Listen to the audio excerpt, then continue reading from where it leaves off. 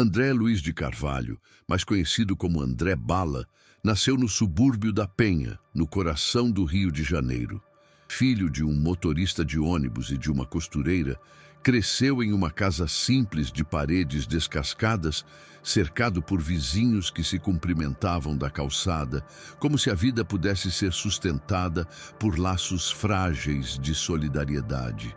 Desde cedo, carregou nos ombros o peso de um pai rígido, porém honesto, que acreditava que a dignidade era o único patrimônio que um homem de classe trabalhadora podia deixar aos filhos.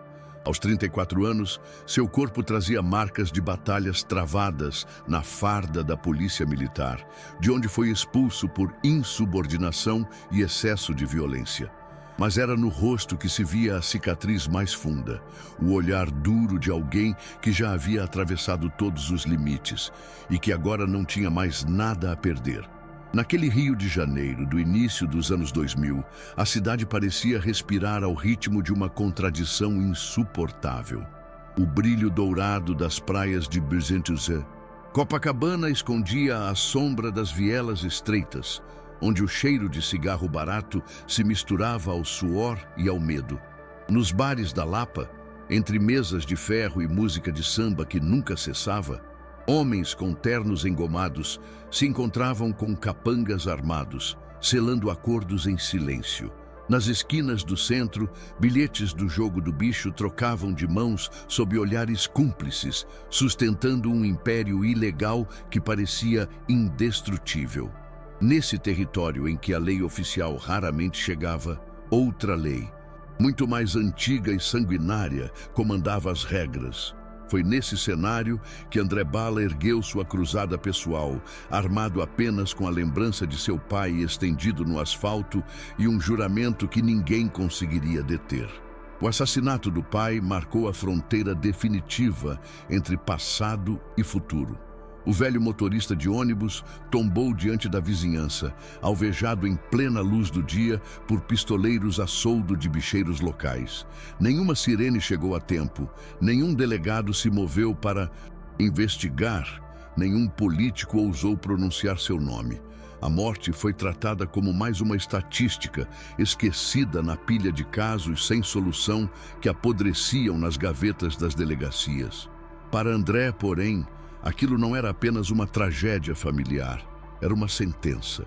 Aquele corpo caído não apenas carregava o peso de um homem honrado, mas expunha, cru e sem anestesia, a falência de todo um sistema. Enquanto a cidade continuava a pulsar como se nada tivesse acontecido, André sentia dentro de si uma nova respiração pesada e cortante. O apelido herdado dos tempos de quartel, Bala, agora soava como destino, como marca indelével. No silêncio de sua casa, olhando para a corrente com o crucifixo gasto do pai, ele jurou que não deixaria o sangue se perder em vão. A vingança não era mais apenas um desejo, era uma necessidade vital, quase biológica. Nas sombras de becos fumacentos e ruas iluminadas por postes quebrados, nasceria a lenda de um ex-PM que escolheu enfrentar sozinho um império erguido sobre medo, propina e impunidade. No início dos anos 2000, o Rio de Janeiro vivia um pacto silencioso. O jogo do bicho, nascido nas calçadas como aposta inocente, transformara-se em engrenagem milionária, sustentando redes de corrupção que atravessavam a cidade como veias entupidas de sangue.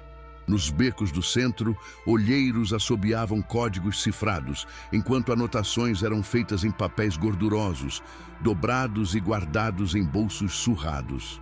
Nas madrugadas da Lapa, bares se tornavam escritórios improvisados, onde homens de sorriso fácil e olhar de ferro decidiam o destino de bairros inteiros. Para quem vivia ali, não havia dúvida. A lei verdadeira não estava nos tribunais, mas na palavra dos bicheiros. Foi nesse ambiente que André cresceu, observando seu pai resistir às tentativas de aliciamento. O velho motorista recusava o dinheiro fácil, insistia em pagar cada conta com suor e enfrentava com altivez os homens que tentavam dobrá-lo. Essa postura custou caro. Para muitos parecia loucura. Por que desafiar quem todos obedeciam? Mas o pai de André acreditava que ceder era morrer em vida. A cada negativa aumentava o risco. E André, ainda fardado na época, sentia a impotência de um policial que via colegas confraternizando com criminosos em troca de uma fatia do banquete. Foi nesse contraste entre honestidade e podridão que se forjou o ódio que mais tarde o transformaria em justiceiro. Na Penha, onde André e Marina cresceram, o cotidiano era feito de pequenas guerras invisíveis. Crianças atravessavam ruas com passos apressados, desviando de bares onde homens armados exibiam pistolas como se fossem relógios caros. Donas de casa cochichavam nas janelas, comentando sobre desaparecimentos e execuções, sempre com o cuidado de não falar alto demais. O silêncio era forma de sobrevivência. Para Marina, a universidade representava fuga e esperança. Livros de pedagogia, cadernos rabiscados e sonhos de uma sala de aula distante das balas perdidas. Para André, cada esquina era lembrança de um sistema que humilhava os justos e exaltava os corruptos. Ele já não acreditava em fuga, acreditava apenas em confronto. Do outro lado da cidade, os bicheiros se reuniam em casarões com lustres gastos, mantos de opulência que escondiam a violência cotidiana. O nome que ecoava com mais força era o de seu Arlindo Caveira, homem de sorriso largo e voz calma, mas conhecido por ordenar execuções com a mesma naturalidade com que brindava um copo de uísque. Caveira controlava a Zona Norte com mãos invisíveis. Políticos endividados, policiais comprados, comerciantes coagidos. Para a maioria, ele era inalcançável. Uma entidade que pairava acima da lei. Para André, porém, ele se tornaria o alvo final, o símbolo máximo da impunidade que esmagara seu pai. A cidade, nesse tempo, parecia dividida entre aqueles que aprendiam a conviver com o medo e aqueles que lucravam com ele.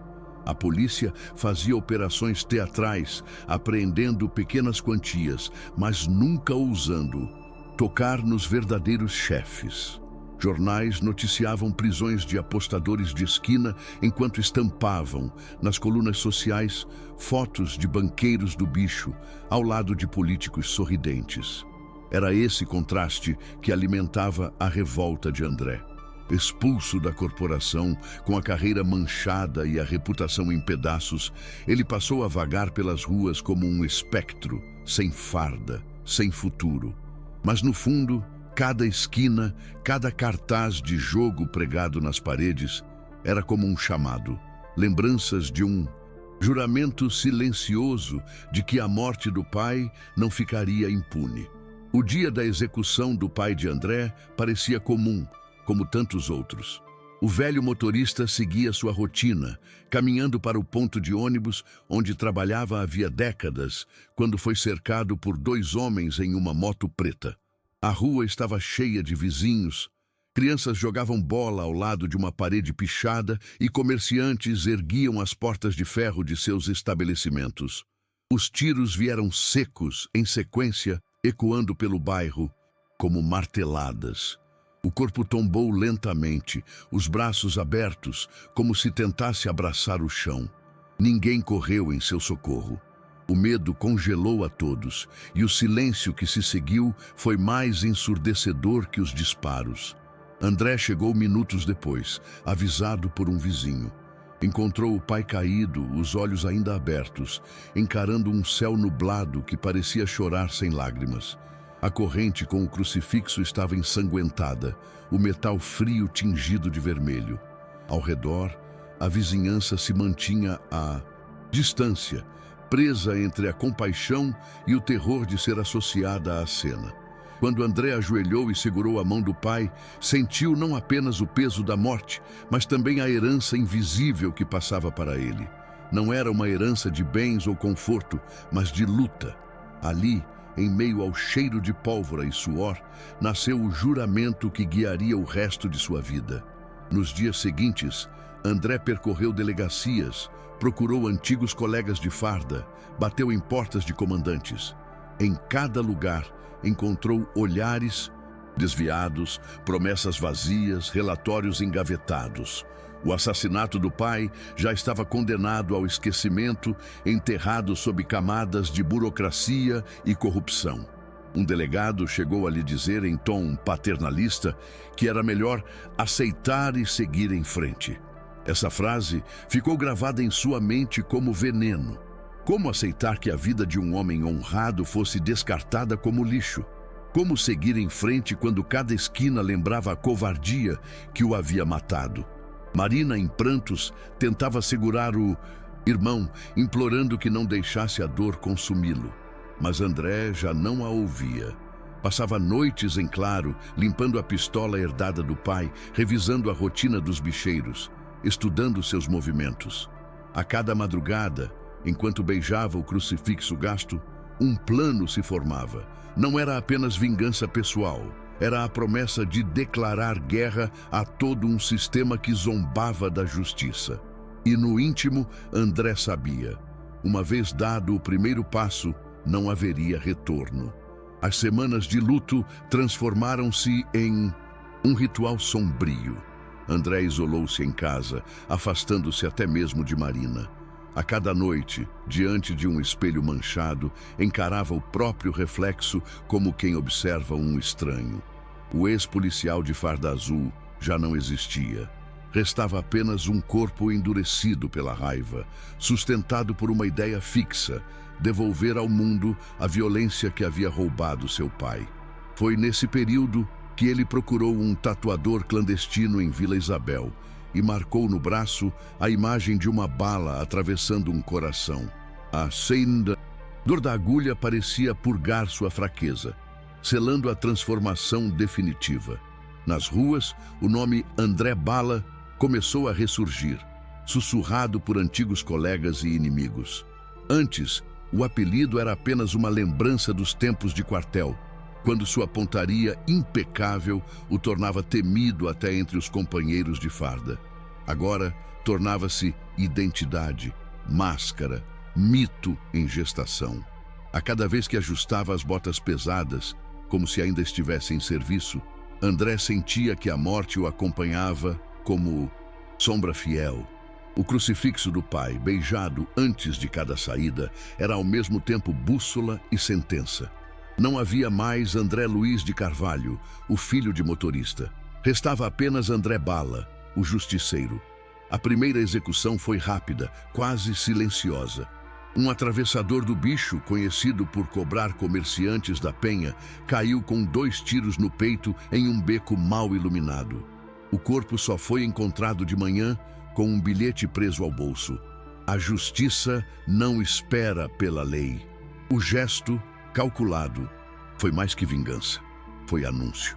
A notícia se espalhou pelo bairro como um incêndio em capim seco. Alguns comemoraram em segredo, outros amaldiçoaram a ousadia, mas todos entenderam. Alguém havia declarado guerra aos bicheiros.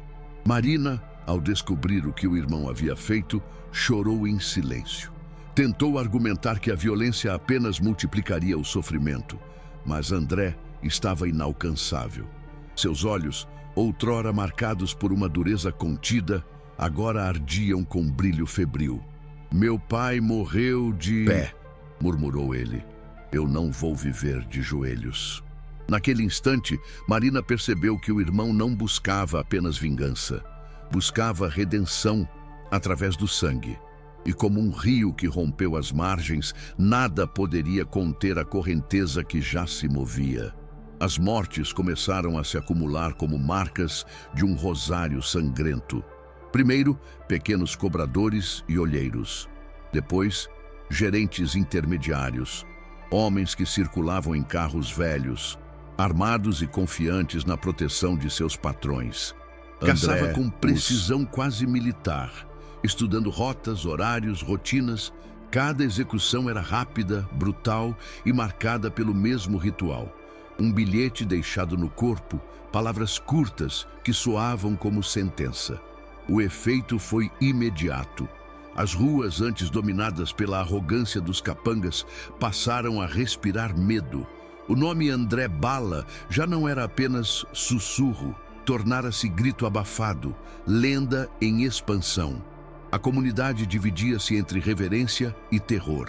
Alguns comerciantes acendiam velas por ele, agradecendo pelo alívio de não pagar mais propina.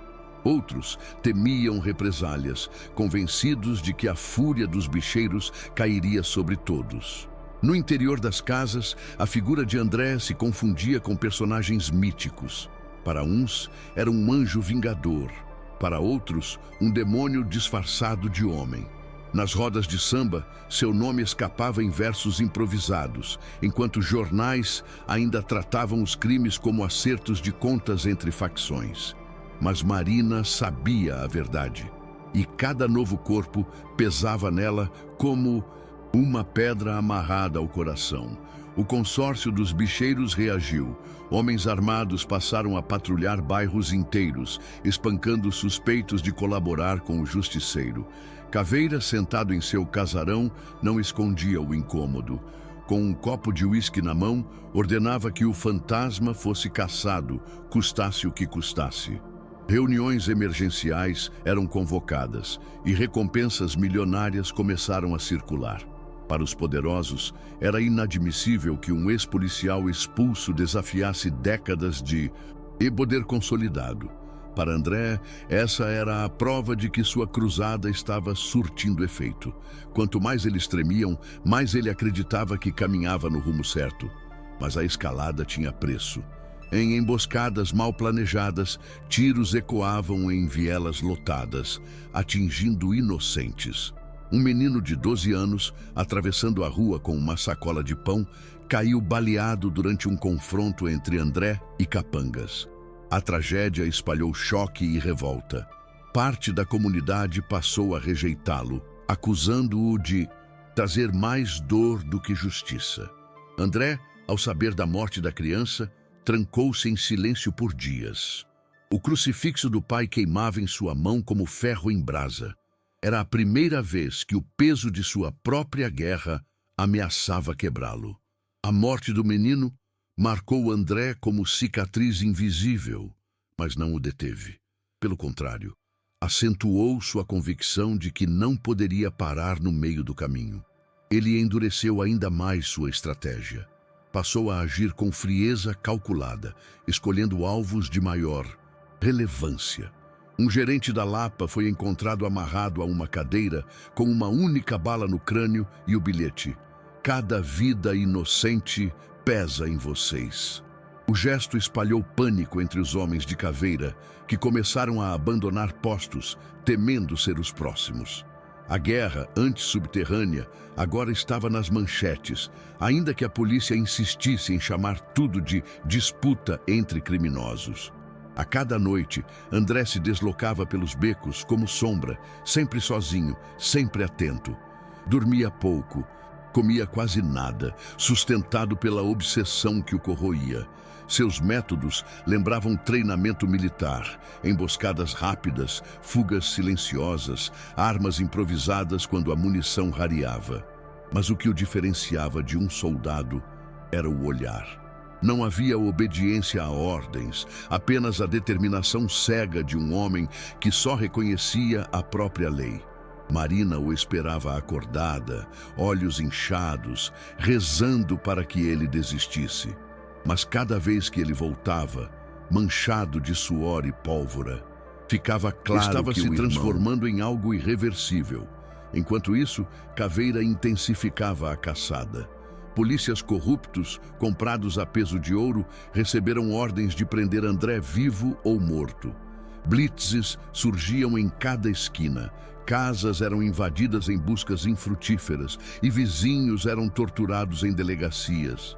A cidade começou a sentir o peso do confronto. Ônibus queimados, comerciantes fechando as portas, noites inteiras sem movimento nas ruas. O Rio, acostumado à violência, agora respirava sob a tensão de uma guerra particular. E, paradoxalmente, quanto mais a perseguição aumentava, mais crescia a lenda de André Bala. Em meio a esse caos, Marina tomou uma decisão desesperada. Foi até uma igreja da região central e procurou o padre que conhecia desde criança. Entre lágrimas, pediu que ele interviesse, que falasse com André, que lembrasse ao irmão que a vida não poderia se reduzir a sangue e vingança. O padre prometeu tentar, mas no íntimo sabia. Havia algo nos olhos de André que não se curvava mais à fé. Ainda assim, a figura do crucifixo, sempre presente nas mãos dele, alimentava a esperança de que, no fundo, restava uma centelha de humanidade a ser salva. O estopim do confronto com as instituições aconteceu quando uma reportagem televisiva exibiu imagens de corpos de capangas mortos por André, sugerindo que o responsável era um justiceiro solitário. O nome André Bala voltou às manchetes depois de anos de esquecimento. De repente, o que era sussurro virou debate nacional. Autoridades pressionadas anunciaram uma força-tarefa para capturá-lo. Mas nos bastidores, muitos desses mesmos homens eram alimentados pelo dinheiro do bicho. A caçada oficial era teatro. A real perseguição vinha das ordens diretas de Caveira. E nesse tabuleiro, André tornou-se alvo duplo, do crime e do Estado. André sabia que o cerco se fechava, mudava constantemente de esconderijo, ora em pensões decadentes da Glória, ora em casas abandonadas na Zona Norte.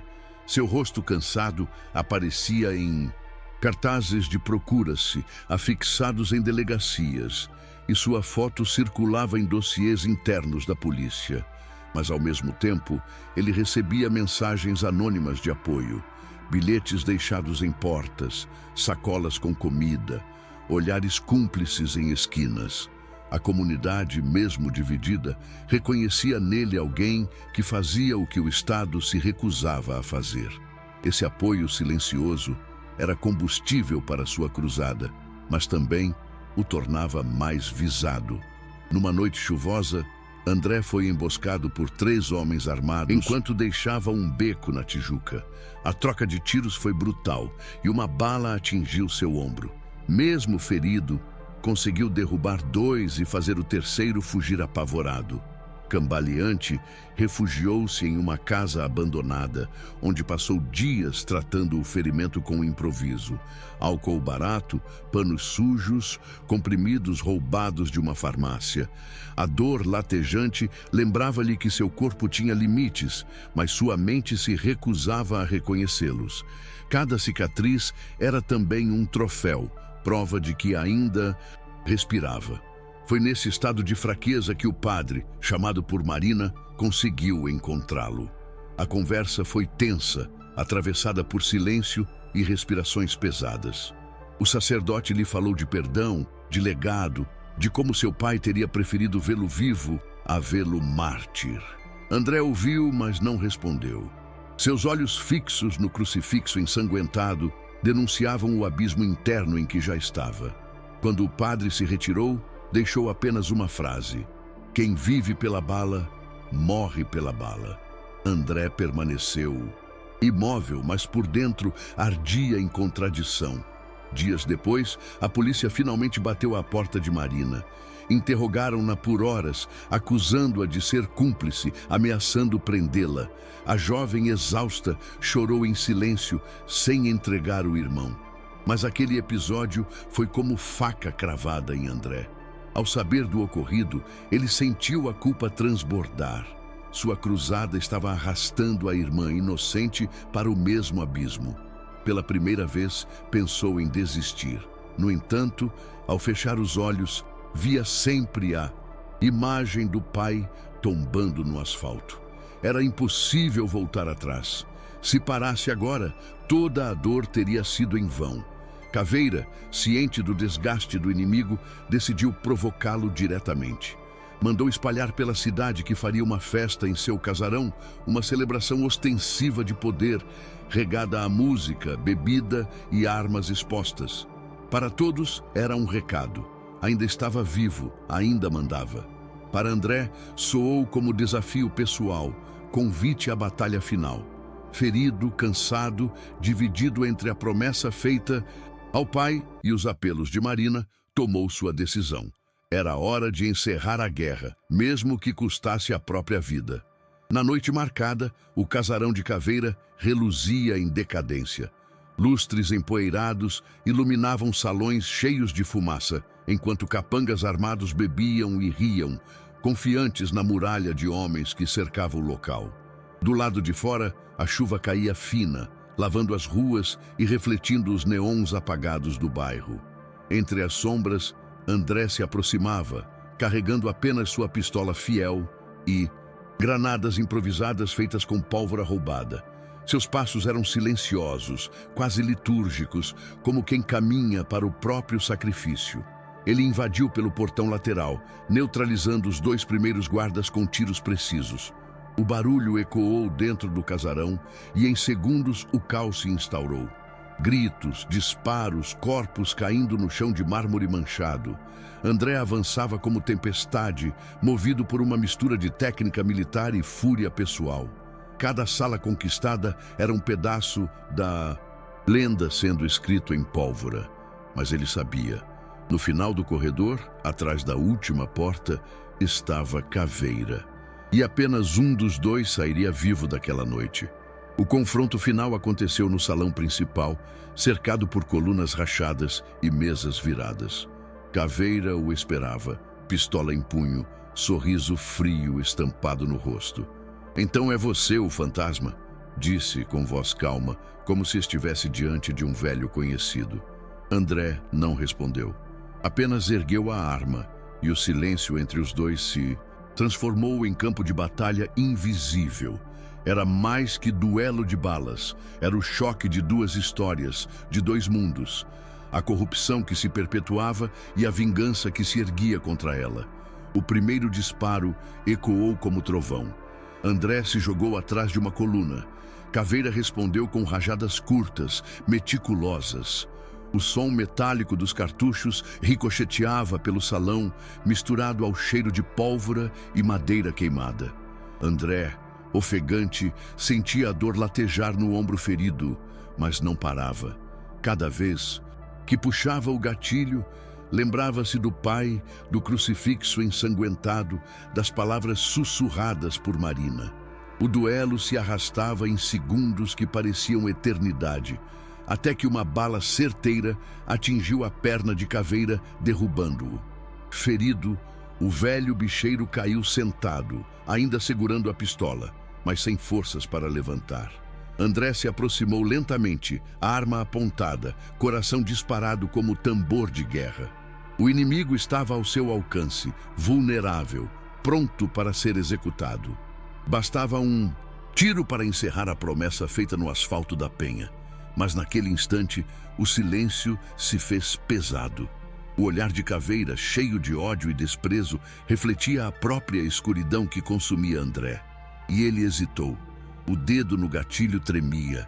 Na mente, vozes se confundiam. O pai dizendo para viver de pé. Marina implorando para não se perder no sangue. O padre alertando que quem vive pela bala, morre pela bala. André respirou fundo, o crucifixo preso entre os dedos. O mundo inteiro parecia caber. Naquele momento suspenso, o que ele escolheria? A execução que selaria sua lenda de vingador ou a renúncia que talvez apagasse a própria identidade que havia construído? Naquela noite, tiros ainda ecoaram pelo casarão, mas ninguém soube dizer ao certo o que aconteceu após o duelo. Quando a polícia chegou, alertada por vizinhos, encontrou o salão devastado, corpos espalhados e o cheiro de pólvora impregnado nas paredes. Caveira estava morto, com um único disparo no coração. Mas André não estava entre os cadáveres. O único vestígio era o crucifixo ensanguentado, deixado no chão como assinatura e despedida. A ausência de seu corpo alimentou rumores. Teria fugido? Teria sido abatido e levado? A dúvida era chama que manteria a lenda acesa. Marina recebeu a notícia em silêncio. Olhou para o vazio do quarto do irmão, sentiu o peso da corrente que agora guardava em mãos e chorou sozinha. Entre lágrimas, compreendia que André havia se transformado em algo maior que ele próprio. Um mito que a cidade jamais esqueceria. Ao mesmo tempo, a dor era insuportável. Perdera o pai e agora perdera também o irmão para a violência. Restava-lhe apenas a memória de ambos e a esperança de que algum dia o ciclo de sangue se quebrasse. Enquanto isso, nas ruas do Rio, o nome André Bala era repetido como oração e maldição. Para uns, ele era herói popular, o homem que enfrentara sozinho o império dos bicheiros. Para outros, era apenas mais um criminoso, reflexo da barbárie que corroía a cidade. Mas todos concordavam em uma coisa: depois dele, nada seria igual. Aquele crucifixo abandonado tornara-se símbolo, lembrança de que, diante da falha das instituições, um homem comum havia ousado desafiar o poder com as próprias mãos. Anos depois, ainda se discutia se André Bala havia sobrevivido.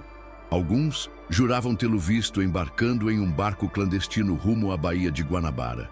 Outros diziam que vagava disfarçado pelos subúrbios. A verdade pouco importava. Sua história já havia ultrapassado a realidade e entrado no território da lenda.